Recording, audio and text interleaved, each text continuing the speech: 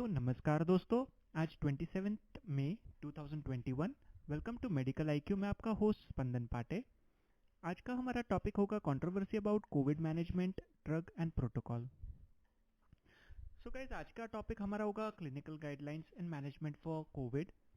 यहाँ पे हम मेनली फोकस करेंगे जो रिवाइज्ड अप्रैल 22 का प्रोटोकॉल सेट हुआ है, जिसे आईसीएमआर एंड एम्स ने मिलकर किया है, उसे हम थोड़ा सा डिस्कस करेंगे। Emergency drugs like remdesivir, tocilizumab, जो काफ़ी कंट्रोवर्शियल हुआ है, ये इसे भी हम डिस्कस करेंगे। उनका मैकेनिज्म एक्शन देखेंगे कि ये किस तरीके से वायरस के अगेंस्ट काम करता है, एंड कुछ रिसर्च बेस्ड क्लिनिकल रिलायबिलिटी देखेंगे इनकी, ताकि हमें पता चले ये प्रोटोकॉल में कहाँ फिट इन करता है। सो गाइस, ये इमेज मुझे बहुत इंपॉर्टेंट लगी। ये कोविड-19 मैनेजमेंट है, प्रेग्नेंट विमेन के लिए है, एंड ये थोड़ा सा अनकॉमन है, बहुत लोगों को नहीं पता। अगर किसी को स्टडी करना होगा तो कर सकते हैं। पीडियाट्रिक की भी है सेम ऐसी ही, इसे भी आईसीएमआर ने ही जारी किया है, आप देख सकते हो। So guys, quite interesting. Paediatric का भी है, आपको कहीं मिल जाएगा, गूगल इमेज में एक बार देख लेना। एंड सो आप स्क्रीनशॉट ले सकते हो या हम मूव ऑन करते हैं। सो गाइस, ये पॉइंट ऑफ फोकस है गाइस। सो ये एडल्ट मेल एंड फीमेल के लिए है। अप्रैल 22 2021 को ये रिवाइज हुआ था। उसके पहले पूरा साल ये रिवाइज नहीं हुआ है। इट शोज़ कि हमारा हेल्थ केयर सिस्टम कितना पीछे है, क्योंकि ऑलमोस्ट 3 to 4 स्ट्रेन्स एटलीस्ट आ चुके हैं बिटवीन 2020 जनवरी से लेके 2021 जनवरी। तब तक हमारे पास UK strain, South African strain, Vietnamese strain, Indian strain, ये सारे स्ट्रेन्स थे कोरोना के, एंड येट हमने हमारे गाइडलाइंस को बिल्कुल भी रिवाइज नहीं किया। बट नेवरदलेस फाइनली एम्स और आईसीएमआर ने मिलकर ये एक गाइडलाइंस जारी की है। सो गाइस, आइए देखते हैं। आपने बहुत बार ये टर्म सुना होगा, mild Covid, severe Covid, moderate Covid. ये क्या है? क्यों किसी को होम आइसोलेट करते हैं और किसी को वार्ड में रखते हैं एंड किसी को आईसीयू में? So guys, it all depends on कि आपकी कंडीशन कितनी है, माइल्ड है कि सीवियर है। अब ये क्या बेस पर डिसाइड करते हैं डॉक्टर्स? सो डॉक्टर्स ये गाइडलाइंस पर चलते हैं गाइज। इन गाइज, इसमें माइल्ड में जैसा यहाँ पर स्टेट किया है, आप देख सकते हैं यहाँ पे माइल्ड में स्टेट किया हुआ है कि upper respiratory symptoms for fever और फीवर, हेडेक, फीवर, ये सब होना चाहिए। अपर रेस्पिरेटरी ट्रैक्ट इन्फेक्शन होना चाहिए विदाउट शॉर्टनेस ऑफ ब्रेथ और हाइपोक्सिया। अब guys, what is the difference between hypoxia and dyspnoea? So basically guys, dyspnoea is symptom जहाँ पर शॉर्टनेस ऑफ ब्रेथ फील होता है, पेशेंट कंप्लेन करेगा कि ब्रेथलेसनेस हो रहा है, वेयर हाइपोक्सिया इज ऑक्सीजन की कमी होना बॉडी में। सो गाइज, डिस्निया में फिजियोथेरेपिस्ट आपको करेक्ट ब्रीदिंग टेक्निक सिखाएंगे एंड इट विल वर्क, जबकि हाइपोक्सिया में आपको ऑक्सीजन थेरेपी दिया जाएगा and it will work. So guys, इसमें ज़्यादातर जो मे डूज है, ये आपकी रिपोर्ट, आपकी कंडीशन देखकर आपके क्लिनिशियन, आपके डॉक्टर, आपके एक्सपर्ट्स डिसाइड करेंगे कि आपको कैसे मैनेज करना है आपकी ट्रीटमेंट को। But in general case home isolation होता है। अब महाराष्ट्र का लॉ चेंज हो चुका है, अब होम आइसोलेशन नहीं रखा है। इनफैक्ट अब आइसोलेशन सेंटर्स है, वहाँ जाना पड़ता है। ये चीज़ को सपोर्ट करता हूँ, क्योंकि इट डज़ नॉट मीन कि आपको अटेंशन की ज़रूरत नहीं है, इट डज़ नॉट मीन कि आपकी मेडिकल नीड नहीं है। Even if you are mildly symptomatic COVID positive, फिर भी you need drugs, you need medicine, you need attention, you need to be monitored. So guys, उसके बाद आता है moderate and severe. Moderate and severe में क्या डिफरेंस है? Respiratory rate moderate में होती है 24 पर मिनट, जबकि सीवियर में होती है 30 और मोर पर मिनट। यहाँ पे आप देख सकते हो, यहाँ पे आप देख सकते हो। So guys, what is respiratory rate? आराम से कुर्सी पे बैठ जाइए, अपने डायफ्राम पर हाथ रखिए, एंड कितनी बार अंदर बाहर होता है काउंट कीजिए। That's your respiratory rate. Generally 17 to 20 हो जाता है। उसके बाद SpO2 पे आते हैं गाइज, नीचे के लाइन पर है SpO2, येलो में दिया हुआ है यहाँ। SpO2 पे आता है 90 to 93% है, जबकि सीवियर में it is less than 90। So guys what is SpO2? SpO2 is nothing but, एक बहुत सिंपल टर्म्स में मैं आपको बता देता हूँ, सैचुरेशन वगैरह में नहीं जाते, एक बहुत सिंपल टर्म्स में बता देता हूँ। पल्स ऑक्सीमीटर से हम मेजर करते हैं। SpO2 इज नथिंग बट, आपके पास 100 बॉडी में 100% हीमोग्लोबिन है। Haemoglobin carries oxygen. अब आउट ऑफ 100% हीमोग्लोबिन कितने परसेंट ऑक्सीजन कैरी कर रहे हैं, that is your SpO2। So guys अगर आपका 100% ऑक्सीजन में से 90 to 93% है जो ऑक्सीजन कैरी कर रहे हैं, बाकी 10 to 7% नहीं कर रहे हैं, that means you fall in moderate Covid symptoms. Obviously आपका RT-PCR टेस्ट पॉजिटिव होना चाहिए, स्कोर आता है वगैरह। सो आप इसका स्क्रीनशॉट ले सकते हो या आप इसे नोट डाउन कर सकते हो। गाइस राइट हैंड साइड पे एक बड़ा सा ब्रैकेट ड्रॉ कर देता हूँ। So guys right hand side पे हम देख रहे हैं, एक जगह पे है रेमडेसिविर, एक जगह पे है टॉसिलिज़ुमैब और नीचे है प्लाज्मा थेरेपी। अब प्लाज्मा थेरेपी तो गाइस इसे अब रूल आउट ही कर दिया है प्रोटोकॉल से, जबकि रेमडेसिविर को भी 2-3 days back World health Organization ने ड्रॉप कर दिया है प्रोटोकॉल से, stating that it's ineffective. And guys tocilizumab जो है, ROCHE, रोश करके कंपनी है जो बनाती है tocilizumab. Chugai pharmaceutical which is a subsidiary of Roche, वो बनाती है टॉसिलिज़ुमैब। एंड रोश ने अब एक कॉकटेल ड्रिंक निकाला है जो इंडिया में तकरीबन 60,000 रुपीज़, एंड ये वही ड्रग है, कॉकटेल ड्रग ये वही है, कॉम्बिनेशन ड्रग भी कहते हैं। इट इज़ द सेम जो प्रेसिडेंट ट्रम्प को जब वो कोविड थे तब दिया था and he recovered.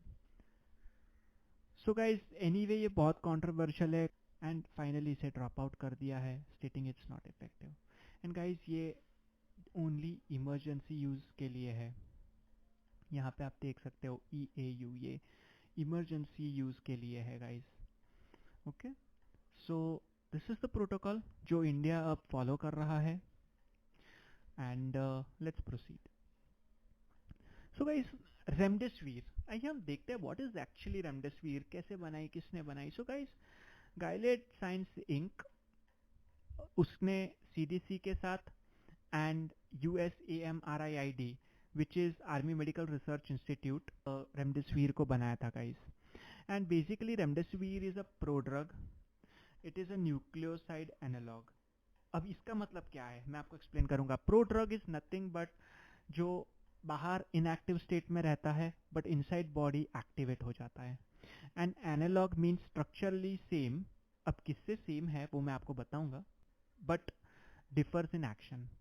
And nucleoside का मतलब गाइज इससे भी मैं आपको कोरिलेट करूंगा, don't think it's a new term, मैं आपको एक्सप्लेन करूंगा एंड इसे कोरिलेट करूंगा। Nucleoside is nothing but nucleic acid plus sugar. जब न्यूक्लिक एसिड प्लस शुगर उसके साथ फॉस्फेट ऐड होता है तो इट बिकम्स न्यूक्लियोटाइड। ये जो वर्ड है न्यूक्लियोसाइड, न्यूक्लियोटाइड, ये आपने DNA RNA जब आपने पढ़ा होगा 12th बायोलॉजी उसमें सुना होगा। सो गाइज ये था थोड़ा सा रेमडेसिविर के बारे में। ओरिजिनली इसे इबोला आउटब्रेक के टाइम पर इसे यूज़ किया था, क्लिनिकल ट्रायल्स के लिए इसे यूज़ किया था 2014 में। एंड मेडेलियन स्टडी थी एक, जिन्होंने ये फाइंड आउट किया था कि ये वायरस रेप्लिकेशन को स्टॉप करता है। ये जो मेडेलियन स्टडी थी, it was the first study जिसने ये स्टेट किया था कि it inhibits virus replication, but ये इबोला पर हुआ था। उसके बाद कोरोना वायरस पर शान एटॉल एंड विट एटॉल ने किया था, जो आप यहाँ देख सकते हो। इन्होंने, that was the first study जो कोरोना वायरस पर हुआ था। एंड फाइनली इसे FDA ने अप्रूव किया।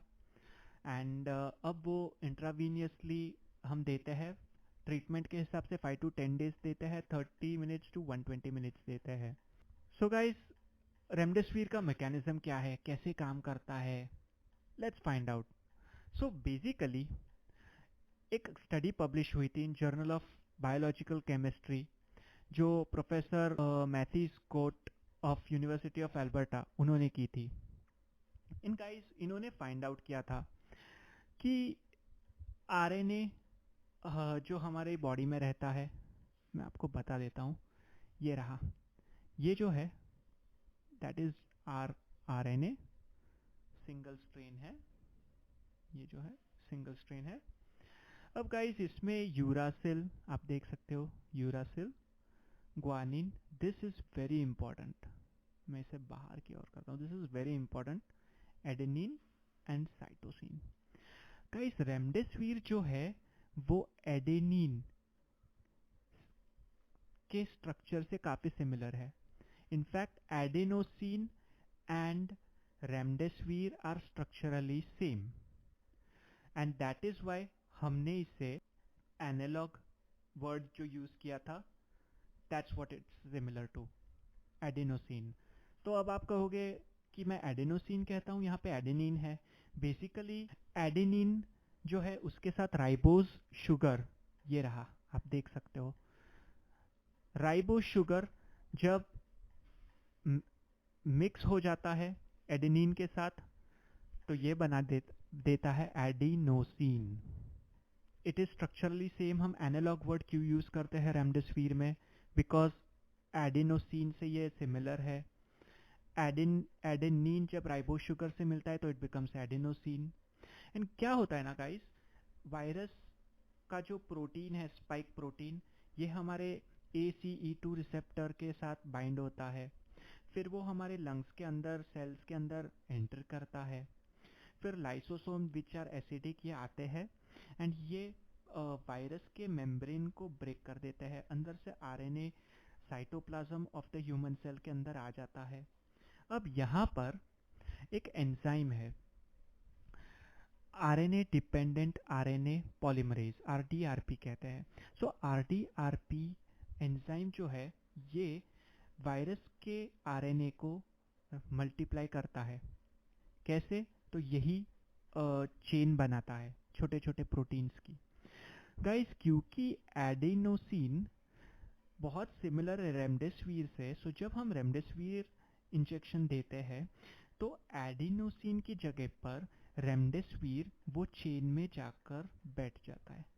Because of this chemical process complete नहीं होता है and because of this RNA of the virus form नहीं होता है, जिसके कारण पूरा चेन फेल हो जाता है and multiplication of the virus stops. So guys basically जब बहुत ज़्यादा वायरस रेप्लिकेशन हो रहा है किसी इंडिविजुअल में, हमें काफ़ी कुछ पता चला है कि ये कैसा ड्रग है, कैसे काम। यस एंड गाइस इसे हम कहते हैं direct acting antivirals.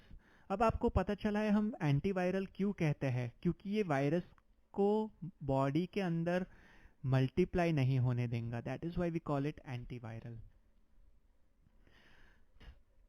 Remdesivir, is it really that good?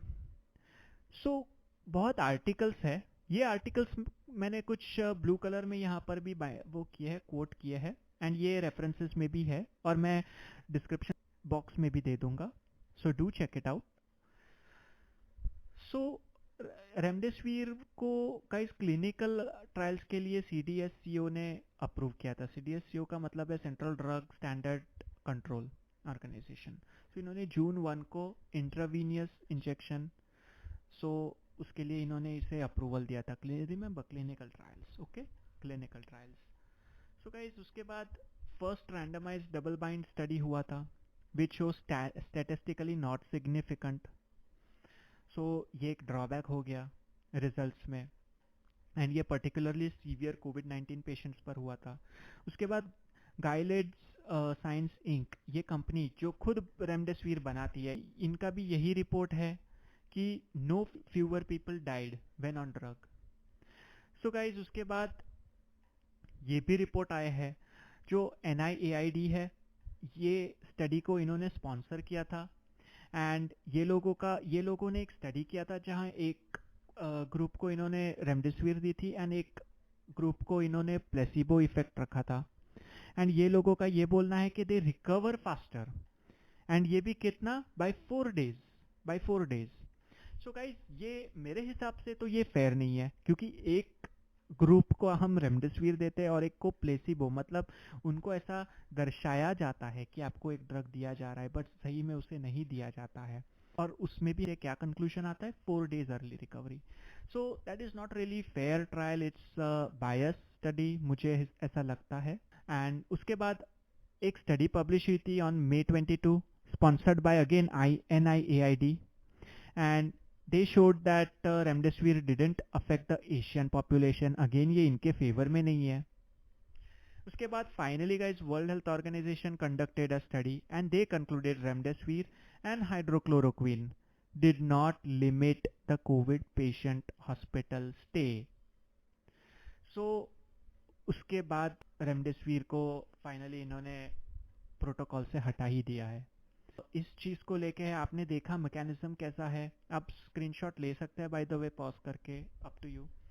सो आपने देखा गाइस कि कैसे काम करता है रेमडेसिविर, कब आया था, क्लिनिकल ट्रायल्स में था, क्यों बनाया था इबोला के लिए, कैसे कोरोना तक पहुंचा, ये सब आपने देखा। सो गाइस आपका क्या इनपुट है, क्या इफेक्टिव है या नहीं है, क्या उसे बैन करना चाहिए था या नहीं, क्या रेमडेसिविर को कोई सब्स्टिट्यूट ड्रग है? अपना ओपिनियन ज़रूर देना कमेंट बॉक्स में। सो गाइस ये कुछ साइड इफ़ेक्ट्स हैं रेमडेसिविर के लिए। आई एम नॉट सेइंग कि ये सारे साइड इफ़ेक्ट्स होते हैं, हर किसी में होते हैं, प्रोमिनेंट है, but these are some of the side effects. ये एक इम्पॉर्टेंट था गाइस, मैंने आपको बोला था कि वर्ल्ड हेल्थ ऑर्गेनाइजेशन ने ड्रॉप कर दिया है अब रेमडेसिविर को। सो ये 24, जब मैं ये वीडियो बना रहा था, पीपीटीज बना रहा था, 24/5/2021 की डेट है। And guys world health organization आप देख सकते हो ऊपर यहाँ पर, ये है वर्ल्ड हेल्थ ऑर्गेनाइजेशन इंटरनेशनल की वेबसाइट, एंड आप देख सकते हो ये सेकंड है इंडियन एक्सप्रेस की वेबसाइट है, थर्ड है बिजनेस टुडे है, एंड फाइनली पुणेकर न्यूज़। तो ये सब का यही कहना है कि finally remdesivir rest in peace, not effective. So guys उसके बाद आता है एक्टेमरा टोसिलिजुमैब या TZB भी कहते हैं। सो जैसा मैंने बताया, रोश कंपनी है, उसकी सब्सिडरी है जो चिंगाओ फार्मास्यूटिकल्स, इन्होंने ये ड्रग बनाया है। एंड ये एक्चुअली गाइस जो ड्रग है ये रिकॉम्बिनेंट ह्यूमनाइज्ड मोनोक्लोनल एंटीबॉडी है अगेंस्ट द इंटरल्यूकिन 6 रिसेप्टर। बहुत इंपॉर्टेंट लाइन है गाइस, क्योंकि हर वर्ड ये ड्रग को डिस्क्राइब करता है। Let me explain you. जो लास्ट 3 में आप MAB देख रहे हो guys, last 3 MAB, it stands for monoclonal antibody. जो भी मोनोक्लोनल एंटीबॉडी ड्रग है उसके एंड में MAB लिखा होगा guys. Guys what is interleukin 6? सो बहुत बार आपने कोविड पेशेंट्स में देखा होगा इन्फ्लेमे मार्कर्स होते हैं, साइटोकाइन स्टॉर्म, ये वर्ड आपने सुना होगा, एंड इन्फ्लेमेशन ऑफ लंग्स हो जाता है, ये भी सुना होगा। It's all because of interleukin 6। सो कहाँ होता है? सो बेसिकली इंटरल्यूकिन 6 जो है गाइस हमारे मैक्रोफेजेस, न्यूट्रोफिल्स, ये हमारे एंटीबॉडी सेल्स है, इनके ऊपर एज अ रिसेप्टर होता है। सो गाइस जो 1980 है, 1980 में इंटरल्यूकिन 6 डिस्कवर हुआ था। ये जापान की ओसाका यूनिवर्सिटी है, जापान बेसिकली, इन्होंने ये 1980, अब देखो गाइस हम कितना पीछे जा रहे हैं, 1980s में इन लोग ने ये इंटरल्यूकिन 6 जो है, मतलब हमारे मैक्रोफेजेस, हमारे न्यूट्रोफिल्स वगैरह जो है, इनके ऊपर एक रिसेप्टर है जो इन्फ्लेमेशन कॉज करता है। जब भी एंटीबॉडीज़ को किसी एजेंट के साथ, फॉरेन एजेंट के साथ फाइट करना होगा, तब ये उन्होंने 1980s में पता लगाया था।